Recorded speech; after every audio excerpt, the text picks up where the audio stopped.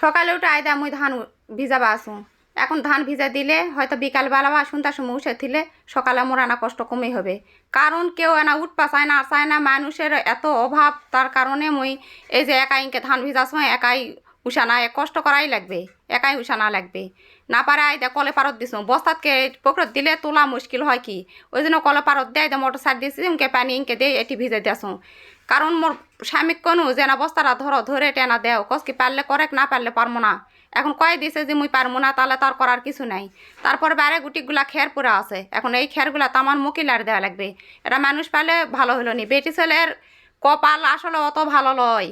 যেই সংসারত বেটি ছেলে খাটতে বেশি, সেই সংসারে পুরুষ দেখবিন অলস বেশি। করার কিছু নাই, কসে যে মোর সাথে না খেরও লারে দিল না। কলে কি মুই স্কুলত যাবো চা খাবা, তে যাই স্কুলত তুই চা খাই আগে ঠান্ডা হয় আয়। কসম মোর হাত বেদনা পাও বেদনা, তোর হাত পা তেমন বেদনা থাকে, কিন্তু বাড়ির বয়েকে হাত পা বেদনা হলে চলবে না। বাড়ির বয়েকে যদি হাত পা বেদনা হয় তাহলে সংসারে কাজকর্ম খেয়ে কী করবে? ওরকে শরীরত বিষ বেদনা আছে, কিন্তু বেটি ছেলেকে কোনো বিষ বেদনা নাই। এখন করাই লাগবে, কারণ মোর দুরা ছোলা আছে, তো ওর তার ছোল নয়, মোর দুরা ছোলা আছে, খাবে পড়বে আর করবে।